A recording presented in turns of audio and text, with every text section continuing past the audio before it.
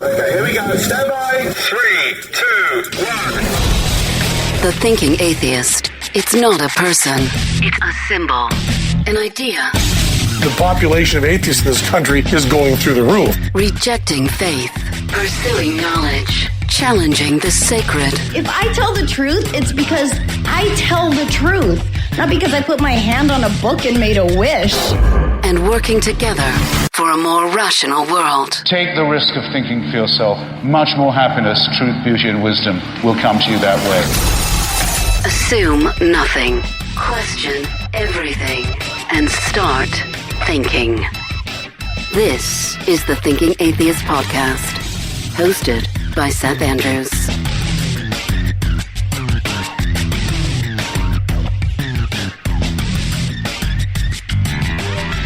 Before I get into my conversation with special guest Noah Lugeons, here is a subject that I've thought about tackling on the show. It is such a thick, deep subject that I would really kind of rather leave it to my friends at the Great Courses Plus. The topic is paganism. Yeah, I'm going to leave this one, at least for now, to Dr. Hans Friedrich Muller. This guy's an expert on the ancient Mesopotamians, the creation of their gods, their myths and legends. I mean, everything from the Egyptian Book of the Dead to the Vedas to Zeus on Mount Olympus to the mystery cults, many of which informed our modern day religions. It's just fascinating stuff. It's available as a lecture series at the Great Courses Plus called The Pagan World, Ancient Religions Before Christianity. You can stream the videos to your TV. You can watch as a family and educate everybody. You can stream to your computer, laptop. You can use the app and listen on your smartphone. Subjects at the Great Courses Plus range far and wide. And while you and I are navigating these sort of strange days, it is a prime time to learn something new and make the most of these moments. The Great Courses Plus is giving my listeners this great offer. It's a free trial of unlimited access to the entire library. So sign up today using my special URL to get started. Start your free trial at thegreatcoursesplus.com/Seth. Remember, thegreatcoursesplus.com/Seth. When you talk to Noah Lugeons, host of The Scathing Atheist, co-host of God-Awful Movies, and involved in I don't know how many other podcasts right now, when you talk to Noah Lugeons, there's just never a dull moment. Just never a moment where you think, this is not interesting. I mean, it's always good stuff. And it's been too long since I've had him back on the show. And so, my friends, it's an honor to have him back. Noah Lugeons, thanks for being here, brother. How you holding up, man? I'm doing pretty good, man. I'm a little bit spoiled, rotten through this pandemic. Like yourself, I already worked from home, and unlike yourself, I haven't had a haircut in 12, 15 years, so none of this is bothering me. Now, how's this affecting the whole not smoking thing? Because what was your start date on the quitting cigarettes? Yeah, I quit on December 12th of last year, and right before a huge lung disease pandemic is a pretty solid time to quit smoking. But I got to be honest, I never would have thought it as a smoker. I was smoked for 30 years, or nearly 30 years. I never would have thought it, but I got, a good 30, 40 days away from it, and I barely ever think about it now. So it really hasn't been a problem at all. That's freaking amazing. Well, I know you chronicle your journey. You got do you still have the blog? I know the blog was nothing but just F-bombs for the first few days. Yeah, boy, it inspired quite a few of those. But, I kept a blog called Noah Quits. It's at noahquits.com. And I cataloged the first 100 days or so of my journey. Since then, it hasn't seemed like there's been much to add. I still keep it open. I might tack in a little something additionally, but I put it up there because I thought other people like myself that were going through the process of quitting, could probably it would probably be helpful for some of them to be able to follow along with my journey retroactively. And I've heard from a lot of people that quit alongside me in solidarity, or that quit shortly after, and that used the blog in that way. And it seems to be doing what it was designed to do. That's interesting. Some people saw you, and they kind of saw you take the lead, at least in that circle, and they jumped with you, huh? Yeah, that's been really exciting. I'll tell you what, it's a great motivation, obviously, if you're trying to quit, knowing that if you fail, there are at least 4 or 5 other people who are following along with you that you're going to make their journey a little tougher, right? So you have to quit for them, not just for yourself. I posted on Facebook, I said, I'm doing a drinking game. I'm going to be talking to No Illusions, and you take a drink every time he says, fuck.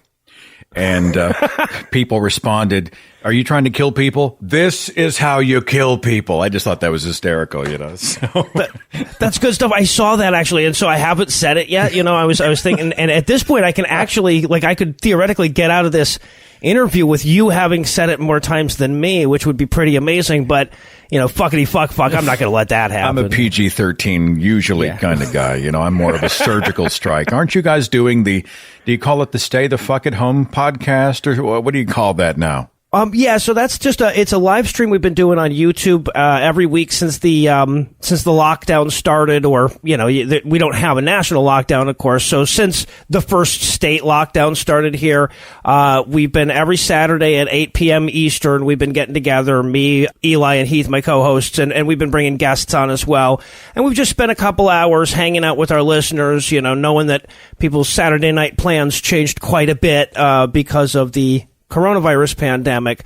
But it's one of the things that we've been doing. I think content creators across the internet have been trying to go above and beyond to help out while so many people are in such desperate need of ways to fill their day. So I know you got an opinion about all the bat shittery that's going on. I've been watching these, these right-wing nuts who are out with their flags and God and country placards, and they're like, my freedom's under attack. I was watching that pastor. I hate to give Pastor Greg Locke any more time and attention than he already, because he's an attention seeker, Mm-hmm. But he's also, he's kind of like the canary in the mine. He's more of an example of what's wrong with the culture as a whole, at least in that regard. But I'm sure you got an opinion. You've been watching these guys who somehow believe the global pandemic and the societal contract that we are being asked to adhere to protect our fellow human beings is an assault on their constitutional liberties. No Illusions. What do you think? Well, so first of all, I'm surrounded by them, right? I live in South Georgia. I am on the border of Brian Kemp and Ron DeSantis, right? I am right there between Brian Kemp, who when he finally issued a stay-at-home order, he also issued a statewide order to open back up the beaches over the heads of the mayors and whatnot that had closed them. And then, of course, we have DeSantis, who opened the beaches, the day before yesterday. He's like, we hit peak, 6 hours ago? It's probably time for everybody to get out there and get back on the water. And, of course, I'm in South Georgia. I'm in trailer park country. There is a sign in my neighborhood that says faith over fear, that just went up the other day, to send this message that, no, I'm not afraid of coronavirus. God's got me. Now, I don't know if this has probably not made the national news because, of course, there's been so much death and tragedy from this virus. But 2 hours to my west, in a very, very small town called Albany, Georgia, there have been 77 COVID deaths in the last 2 weeks. That's in one county. The county just north of that had, I think, 22, and the county just north of that, 15. This all ties back to one religious service that took place. It was a big religious service. A popular, I believe a popular pastor had just passed away, and so they had a big service for him. And I think that the death toll from that single gathering is approaching 100 in this tiny little town. This is the town, if for people who are fans of god-awful movies, this is the town where they filmed Fireproof with Kirk Cameron. This is a town with a population, it can't be more than 25,000. Another infectious disease, by the way, the film Fireproof. Oh, my God. With Kirk Cameron. That's a whole other show. I'm sorry to derail you. Whole other show. Actually, this is a town that is familiar with tragedy. Yes, obviously. But this is going on right next to where I am, and the people are still just going but I want to go to the Applebee's and sit down. I don't want to do drive up. It's a persecution narrative that's common. I'm working on a project about sort of the Fox News Christianity that's going around, where everything is some sort of it's a crisis moment. an encroachment of the secularists or the globalists or whateverists against American freedom. Now, I'm glad to be a citizen of the United States. I appreciate the freedoms that I enjoy. I understand I'm spoiled rotten, tremendously fortunate. I could have been born in a tremendously impoverished or oppressed place, blah, blah, blah. So I'm not knocking my own country, except that this particular flavor of sort of weird bucktooth jingoism is harming other people, right? Yeah, if they were just out killing themselves with this stupidity, I would just sit back and I'd say, yeah, I'd kind of rather you didn't. But yeah, it's not just them that they're getting here. Yeah. You guys do a lot of talking about this sort of God and country stuff that sort of infects, obviously Atlanta, right? You guys got plenty of flag waving and God and Jesus type stuff on the bumper stickers and the church billboards, etc. Yeah, I think at this point there's a very, very fine distinction that you draw between Republican and evangelical Christian. I know that there are evangelical Christians that are liberal, and I know that there are Republicans that are atheists and everything. But when you look at this, there's this one political body that is the evangelo-republican Trumpocrat, and I'm in a place that just looks at Atlanta like a reprieve, like a oasis in a desert. I'm 4.5 hours south of that in the absolute armpit of Georgia, the taint of the Bible Belt, I'm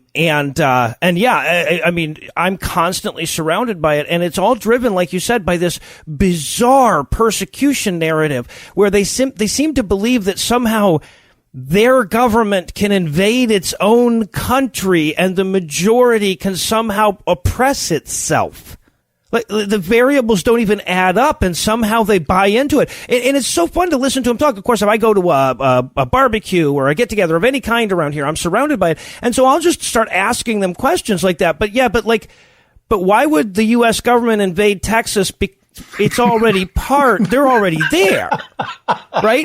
And to listen to them try to explain away this redundant stupidity of their conspiracy theories. And, like you said, that this persecution narrative, the Christians are being persecuted, right? Because what, they almost have to play by the rules other people have to play by sometimes? Yeah, no kidding. Well, I love the idea too. It's a tremendously hypocritical thing to say, this is the greatest country on the face of the planet, and we have to have guns to protect ourselves from it in case there's a coup against its people. I'm like, wait a minute, Well, and it's just as hypocritical to watch all of these, 330-pound militiamen run around with their semi-automatic rifles and talk about defeating the U.S. military. Think of all the things that have to happen. Think of all of the things that would have to happen in perfect allegiance with itself, not just the president, the vice president, all the members of Congress. Every member, every man and woman in the United States military all agree to collude to oppress the citizens of the United States. Let's say that happened. These militia types holding their Glocks and Remingtons act like they've got a prayer against the billions of dollars blitzkrieg that is the U.S. military machine, right? They could just turn all of those states to glass. Yeah. Well, and one way or the other at the outset of this conflict, they've got you surrounded, guys. Back to some controversy going on in the South. I was watching, you guys see the story of this wacko pastor, Rodney Howard Brown in Florida, who got arrested for it, but he had these church services and he was telling his people, trust me, you're safe. I've got machines installed in the church auditorium that will kill the COVID-19 virus. And that guy's behind the Toronto Blessing. Did you guys ever do anything on the Toronto Blessing? Oh, I'm not familiar with this one. The Toronto Blessing was big in the 90s. You've probably seen the videos. You just didn't know it was called the Toronto Blessing. It was a church in Toronto. And this Rodney Howard Brown guy went up. And his thing is that when you receive the Holy Spirit, the very Pentecostal dude, you manifest that by barking like a dog and jumping around and flailing and, drooling and going crazy. There's all these sort of mock-up videos, these mixed-down videos on YouTube where they put it to music and shit like that. So the guy's he's definitely got a few too many yards between the goalposts anyway, if you know what I mean. And then you got him, and he's preaching the same thing many pastors are preaching, and that you just mentioned, right? Our God's greater than any COVID-19. They become then a public health hazard. What do you think the solution to that is?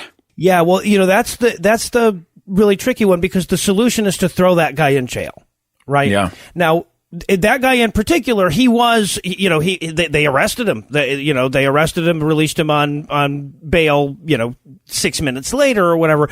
But like that guy, like, if not for religion, we would lock him up, right? If this was not if he didn't have the shield of Christianity protecting him, and let's be honest, it's not religion, it's Christianity, right? If he was Muslim, we'd find a way to lock him up too.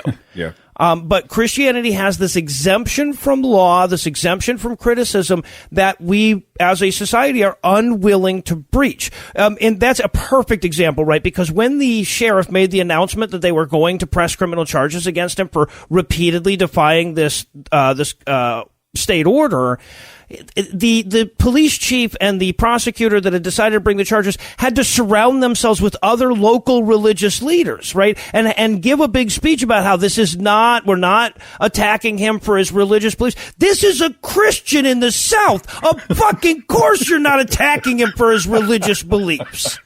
Right, but because they've sold this ridiculous Fox News persecution narrative so successfully, when someone has to perform just a normal, obviously justifiable thing that they'd have to do, for any other organization, they have to come in and do it with kid gloves and explain away that, like, even though this is a religion, we're going to have to enforce the law just this once. We promise never to do it again.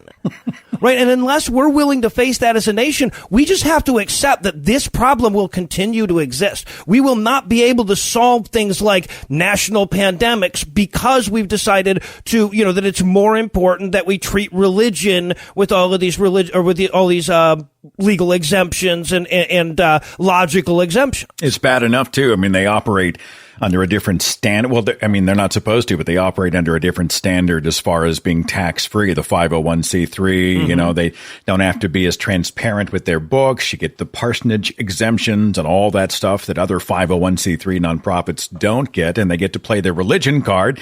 And if you're like, hey, you need to play by the same rules as everybody else, they're always like, ma, freedom, right? Yep. The ultimate protective mechanism. They just scream liberty under attack, and everybody circles the wagons. What do you think about the whole taxing the churches thing? Have you put that to the fire and tested it out? What do you think? You think we should tax them? Well, look, I think that we should simply make them play by the same rules that other non-religious organizations play by. So I'm fine giving them the ability to be 501c3s. Like you said, the problem is, for me, is not that they're not taxed. It's that they're not taxed and that they're not transparent, that they don't have to tell you where their money's coming from, or more importantly, where it's going. I have a sneaking suspicion that if Joel Osteen, had to publish what happened with all those dollars he collects, he'd collect fewer dollars. Yeah. If we all got to look at Creflo Dollar's books, people would be, and I don't know, maybe they, like, obviously, look, they know that Joel Osteen is wealthy. They know that Creflo Dollar has a new airplane, etc. So maybe it wouldn't make any difference whatsoever. But I'd be okay with that as long as I can then go in and see, okay, of all of that money that tax-free money that the Salvation Army is collecting, where's it actually going? Is it really just going to homophobic programs to fight marriage equality, or is it going to the things they say it's going to? That's where I fall on it, and I think that's an infinitely reasonable and defensible position. I see a lot of atheists saying, like, tax the churches. That's a much harder position to defend if you're arguing with a Christian, but make them play by the same rules as other tax-exempt organizations is not. Talking here with Noah Lugeons. He's host of The Scathing Atheist, co-host of God Awful Movies. I thought of you guys. I tried to channel you guys poorly. I did kind of a live commentary of the Thief in the Night films, all four of them. And there's irreparable damage to my cerebrum from having to navigate. I don't know how you guys go through these religious films so frequently and not suffer some sort of, permanent physical impairment.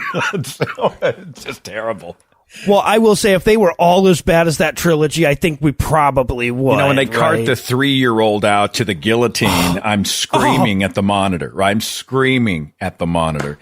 And you guys have gotten into the Estes Perkle films. I mean to derail, but if everybody gets a chance, you should definitely check out God Awful Movies, the podcast. They do a tremendous, tremendous job. No Illusions, I dropped you. I think I set this up on a cell phone. I think I dropped you a text or something. I hope you're not using 5G, since 5G is now being used to spread the COVID-19 virus as part of some kind of vast Illuminati conspiracy. You been following this conspiracy story? I've been trying not to, I'll be honest with you. But yeah, when they start setting the towers on fire and stuff, it's hard to ignore.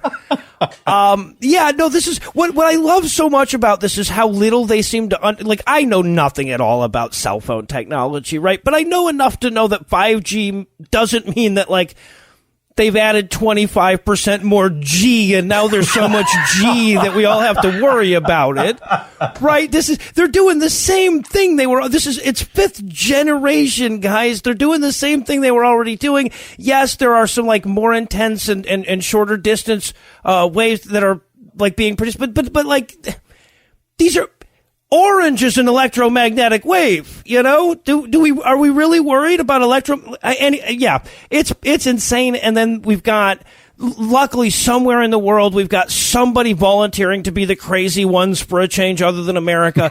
In England, they're setting the towers on fire. My favorite story is one where they set the 4G tower on fire. They didn't know, they're just setting cell phone towers on, and they're looking at one of them going well, how the hell can you know which G this one is? Better set this one on fire just to be safe.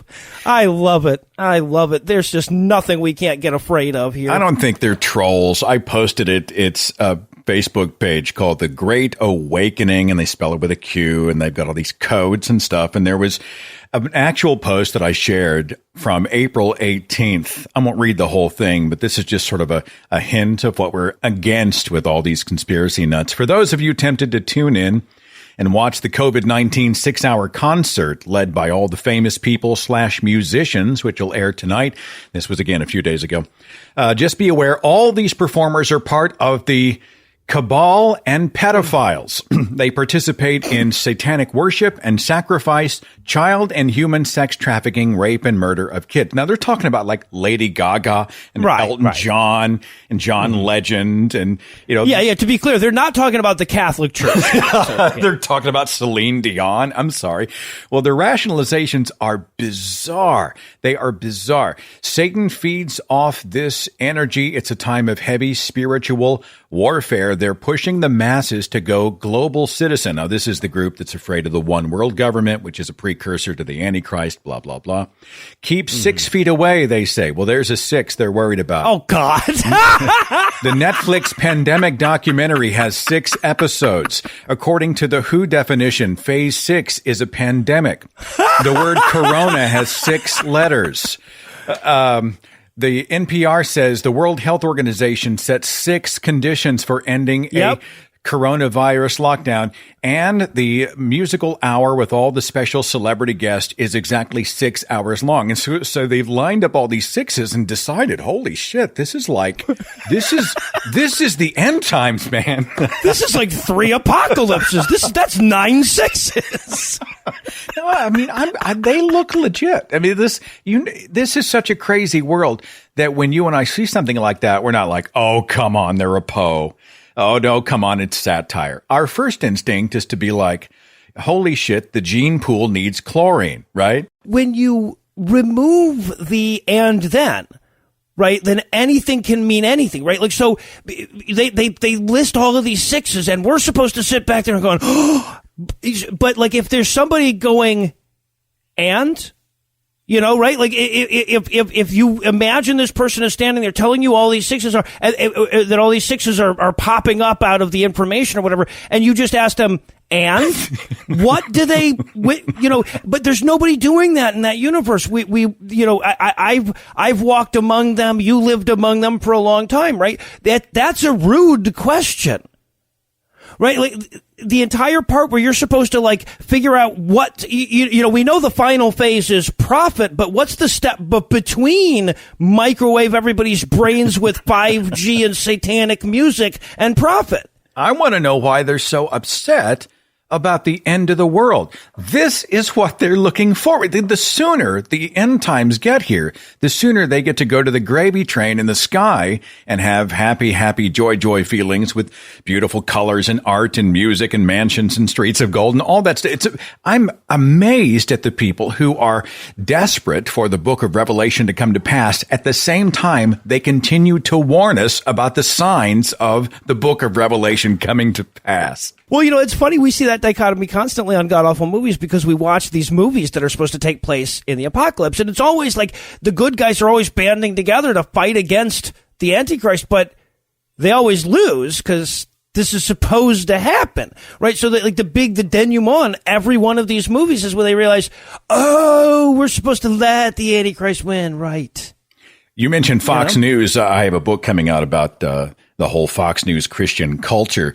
Sean Hannity, all right, he's supposed to be this, I guess he pitches himself as a journalist, right, instead of an editorialist evangelical activist. But he actually produced and partially starred in this movie. I don't know, did you guys review the Kevin Sorbo film, Let There Be Light, from 2017? It's one of my favorite things that's ever happened in the world, Seth, yes. All right. And honestly, the scene with Sean Hannity is the best part of that movie. What is that scene? I haven't seen the movie. This movie is so great. The whole concept of the movie, the conceit of the film is that Kevin Sorbo is this famous atheist that has a near-death experience and becomes a Christian. And his wife comes up with this idea that she's going to make an app where that the entire app apparently turns on your phone's flashlight, right? That's the entire thing. And everybody's going to go out at the same time of the day, and they're going to hold their phones up in the air and shine their flashlights towards heaven, so that God can look down apparently on the earth and see all of our lights and know that we're all, you know, down with him. Oh, wow. And of course the wife gets cancer and dies at the very end because she's a wife in a Christian movie, right? But there's a scene where Sean Hannity is interviewing Kevin Sorbo and his wife about this plan they have to shine lights into heaven. And the interview that they have is such an amazing window into that the mind that you're talking about, right? This Christian Fox News persecuted mind, where, you know, he says, like, I can't remember the exact setup, but it's something along the lines of Kevin Sorbo says, or Sean Hannity asks Kevin Sorbo, you know, well, what right do you have to tell me what religion I should be with your little lights and your app? To which Kevin Sorbo says, well, you know, what right do Muslims have to chop off the heads of Christians? And to which Sean Hannity says, that's a great point. And then they just move on, right? And just, I'm sitting there, jaw agape, going like, what information do you guys think was just exchanged there? How many of these films has Kevin Sorbo been in? Wasn't he one? Didn't he get killed in a car wreck in one of them? I'm trying to remember. There's so many. Yeah. So. Yep. That was the original God's Not Dead. Yeah, that's right. That was the movie that inspired God Awful Movies, actually. That one was so bad, we were like, we just need a full-time podcast to do this. So if nothing else, we can thank the producers of God's Not Dead for inspiring the God Awful Movies podcast. That's good to hear. Yeah, if it wasn't for David A.R. White and PureFlix, we could never have been. Thank you, David. I occasionally will see, I don't know how to pull the plug on these. Google has the least intuitive interface, and I'm grandfathered. My channel's so old that it's harder and harder to get to some of the stuff. But I noticed that PureFlix occasionally has ads running on my channel. And I have two thoughts. I'm like, well, you know, thanks, Google, right? It's my first one. And two is, does PureFlix actually think that my audience doesn't know their theology / Bible better than they do? Right? Right.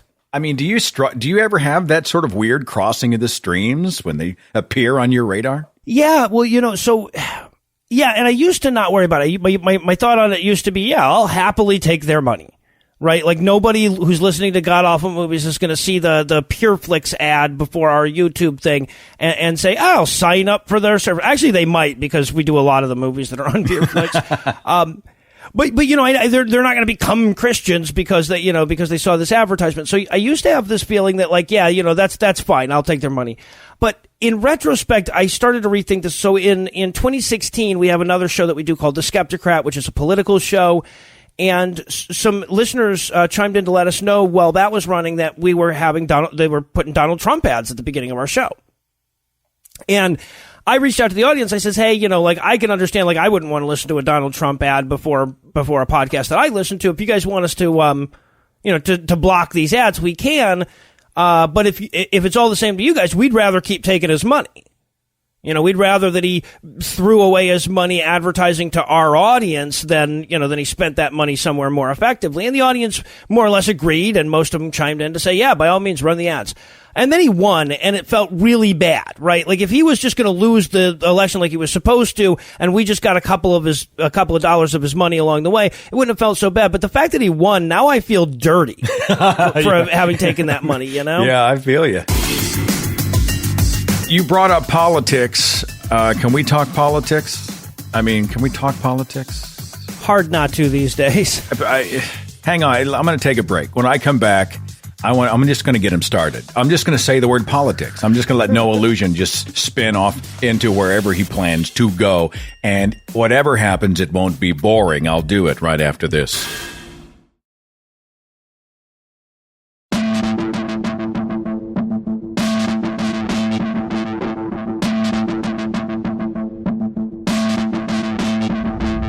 My patrons get this show early and commercial-free on Patreon. Thank you so much for your support. Patreon.com/Seth Andrews. So I get these messages, Noah Lugeons, from people, and they're like, oh, you're spot on when it comes to religious criticism, but why do you have to talk politics? And I am astounded by the question, because in the age of the Christian nationalists and the rampant overrun of evangelicals into the Republican White House, how can you not talk about politics when you're talking about religion? What's your opinion, Noah Lugeons? Yeah, Seth, I'm on, we're friends on Facebook and I follow you on Twitter and everything. So I see your social media and I don't know where the hell these people are. They're not on mine. Apparently I've said fuck Trump enough times on my show that I've scared them all off and they know that I'm a lost cause. But I constantly see them. You'll put the most innocuous, hey boy, this is a dumb thing that the Trump administration has done now that is very obviously inspired by their pandering to the Christian right, probably. Thank you. Yeah, exactly. And people will jump on to say, well, I don't know why you can't make a single post without talking about politics. I'm just like, well, as you said, they are one and the same. At this point, there is no distinction between the religious right and the right. Like I said, there are definitely people who are sort of the old guard of the Republican Party, but those people are entirely out of power at this point. It's not just about Donald Trump either for me. And I try to reiterate this online. I think it's a reasonable position, right? If I'm voting against Donald Trump, I don't even like Biden as a candidate. I'm voting for him. And the reason is it ain't just about Biden. It's the fact that there is one party more than another that's in bed with the theocrats, that is promoting Christian nationalism, that's trying to make non-Christians second-class citizens, right? I want somebody who has experience in education as the head of education. Same with HUD, same with NASA, same with energy, same with agriculture. I want people who are not religious activists in the halls of power. And there's one party much more than the other that represents that. And yet when I say I'm going to vote for Biden because he's the second of two choices, people lose their shit. Explain this to me.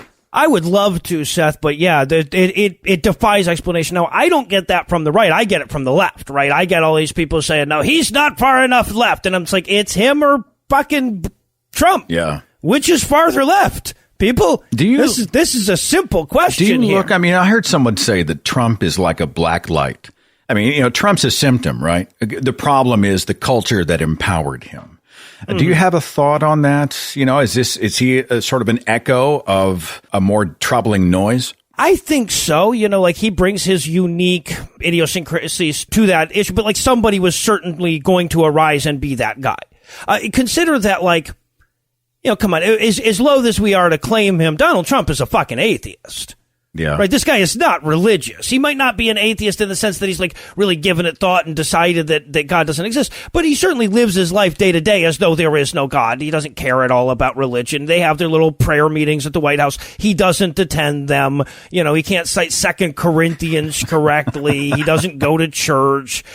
He says the words once in a while. And when he says them, it's so obvious. I think, especially Seth, you as a person who was a former Christian that got used to plucking out the politicians who are just pandering to the faith and the politicians that just shared it. He is the most obvious pretend Christian that ever has been, right? So obviously the religious shit is not idiosyncratic to him. It's just the base he was able to adhere himself to, that he was able to attach himself to get done what he wanted done. And I think that is all the proof that you should need, that had there been no Trump, there would have been someone else. It might have been like a Pence type of person. It might have been somebody who actually believed all this shit, but the primer was already there. The tube was already lubed for somebody to squirt their way through. I'm sorry, I gotta write that down. The tube was already lubed for someone to squirt it down. That's a t-shirt. That's a t-shirt. Yeah, that should go on sale. noillusions.com/t-shirts. I'll put it on as a blurb on the back of your book. You do that. Talk to me a little bit about, do you have any optimism about the future? Do you feel like that this anti-science, anti-education, we live in a culture that distrusts experts, right? And they take pride in the fact that when Fauci and other people take the podium and say, well, look, here's what science says, and here's what my lifetime in the field has led me to declare, or here's what the data says. There's a whole culture of people that simply because it's put together by them, the other, whatever establishment is trying to control the conduit of information, they just distrust it and trust opinion, emotion over that. And I've become almost kind of fatalistic about it. I'm trying not to give up. I'm normally an optimist. Do you struggle with that? Well, I'm not normally known for my optimism, Seth. I will go ahead and warn you that in advance. But look, it's definitely encouraging when we see them gathering by the hundreds and breathing on each other right now. But no, I'll tell you what, I will be the starry-eyed optimist on this one. I think that what we're seeing is largely a death rattle. I think that, when you and I were children, you didn't see as much, and you saw a little bit, right? You saw the first stirrings of the religious right. You saw the first stirrings of the Billy Grahams of the world that were pushing Christians to get more involved in politics and stuff. But they didn't seem to be fighting so hard to hold on to the privilege that they had, right? I think that, they were attuned to this a little bit quicker than we were. They saw the demographics shifting towards atheism a little quicker than we did. And then they've desperately tried to use those last few remaining years in a supermajority, right, to try to consolidate, to try to cement all the various privileges that were always just assumed in the past. We didn't have to codify these things into law because everybody knew that Christians weren't going to have to follow the law. And now they're trying to put those things in place. They're trying to put in laws that say, yes, but I don't have to serve gay people because I'm Christian. And that's because they know that their time with their hands on all the levers of power is coming to an end. I found utility in one thing. The COVID-19 crisis has revealed, I think, the vacuousness of religious thinking. It's like when Trump sort of fronted this National Day of Prayer over COVID-19. We had one in the state of Oklahoma, Governor Stitt. He's on all 3 networks, Transformation Church. They're having this big name it and claim it prayer of protection. And if you've seen the graph, it's like, here's the National Day of Prayer, here's the State Day of Prayer. And then, of course, you see the cases of COVID just screaming into the stratosphere after that. What this has provided for us is the reality that all of these prayers of protection, right? Name it and claim it. Whatever you ask in my name, I will do it, that the Father might be glorified in the Son, blah, blah, blah. All of these prayers have gone unheeded, unanswered. We've actually seen demonstrable proof that God either isn't there, doesn't listen, doesn't care, right? And what's more is that vast middle of the nation, I think, because there are obviously people that you just can't reach, the basket of deplorables that Hillary warned us about and we pretended didn't exist. But I think, the middle of the country can't help but see what's happened there, right? They can't help but see not only were the religious people useless, right? Their prayers didn't help or anything like that, but they actually exacerbated the problem. They refused to stay at home. They continued to have their big Christian gatherings. They lied to people and said that they could pray away the disease. They lied to people and said they had machines that could shoot the virus down at hundreds of miles per hour in their church. As you mentioned earlier, they actually, they were worse than useless in a time of crisis. And I think that most of America is seeing that. No illusions. What have you guys been talking about these days? We all have our passion. We've all got the thing that's sort of on our front burner. What are you doing? What's been on your front burner? Well, honestly, it's been really hard to get away from the coronavirus pandemic. The news is nothing but that wall to wall. So in my desperate effort to move away from that, I've dived deeply into like video game history just to try to find some new thing, some new outlet. So that's been getting me very excited of late, trying to like revisit my childhood through the days of Atari. But other than that, it's all pandemic all the time. Atari takes me back. I had it. I had the 2600. Single joystick, one red button. Those were the days, man.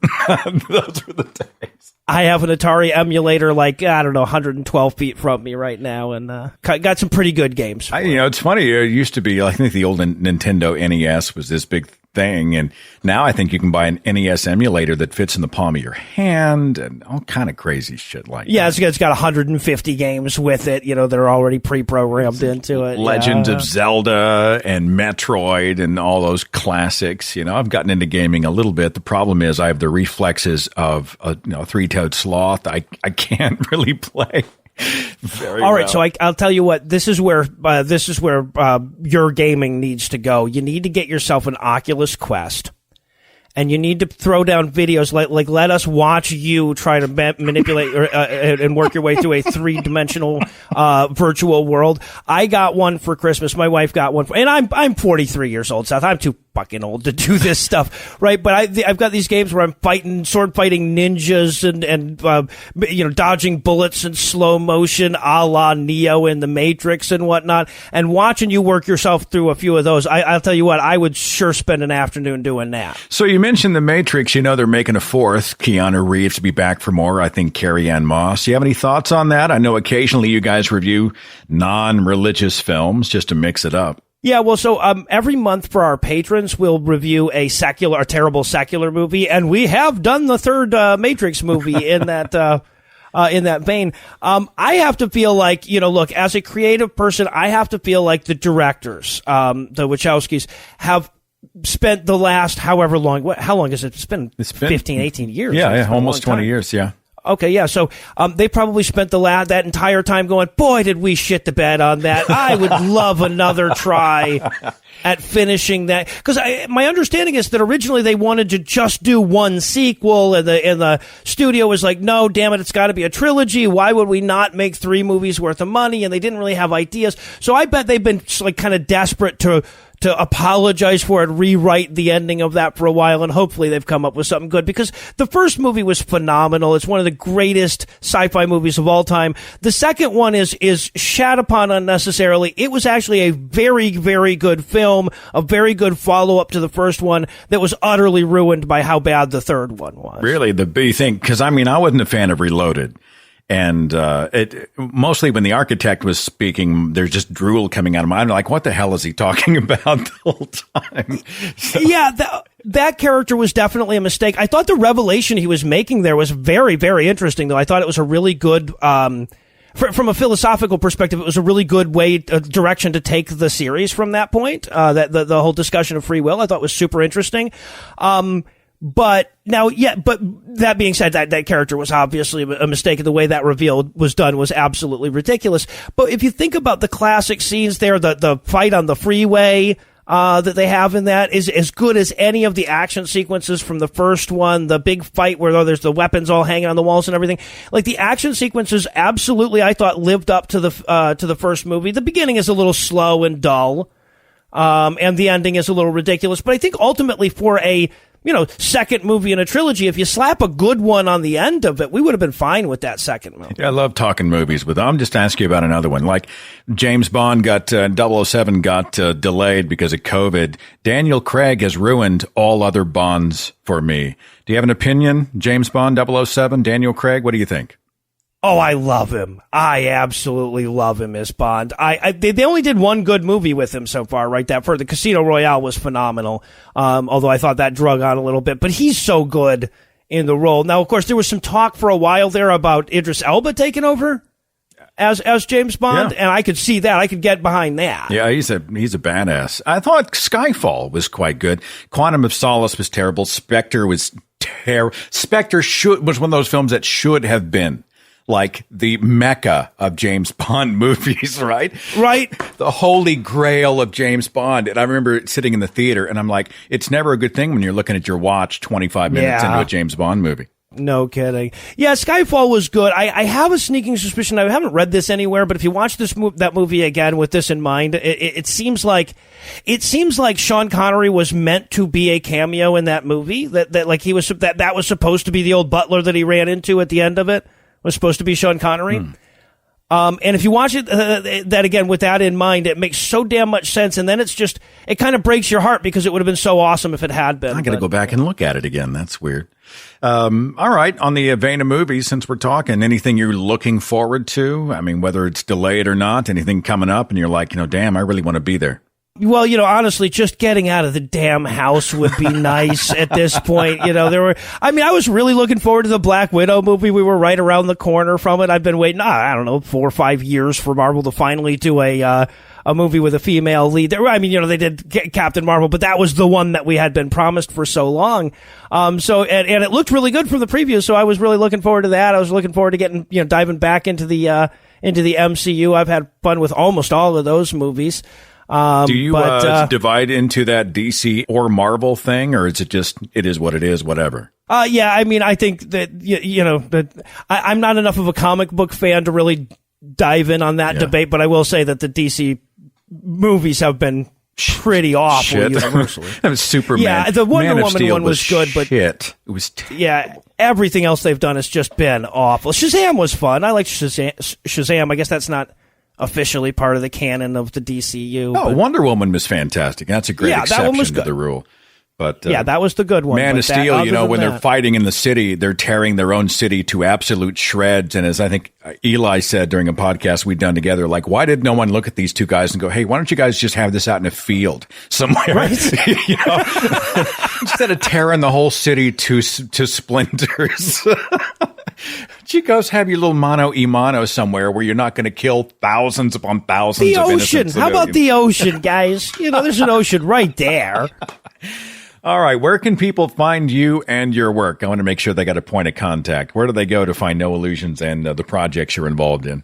So you can just go to scathingatheist.com or just look for the Scathing Atheist wherever you get your podcasts. Or if you're already getting plenty of atheism from Seth, you can also check out God Awful Movies, The Skeptic Rat, or our newest show, D&D Minus. If you're into the D&D playthroughs, that's just a recent addition because we just figured 4 podcasts wasn't quite enough. We also do a trivia show called Citation Needed, which you can find wherever you get your podcast too. I do so many podcasts at this point, Seth, I can't even keep track of all of them. How do you keep those plates in the air? That's just insane. I mean, I've got the one, and I feel like content-wise, I'm up to my eyes. It's amazing. So I was a professional juggler for about 15 years before I got into podcasting. That definitely helps. No Illusions, man. It's always a pleasure to hang out with you. You guys be safe out there. We'll rendezvous, hopefully in person, maybe at the American Atheist Convention in Phoenix in 2021. But in the meantime, thanks for being here, brother. Hey, thanks for having me, Seth. Follow The Thinking Atheist on Facebook and Twitter for a complete archive of podcasts and videos, products like mugs and t-shirts featuring the Thinking Atheist logo, links to atheist pages and resources, and details on upcoming free thought events and conventions. Log on to our website, thethinkingatheist.com.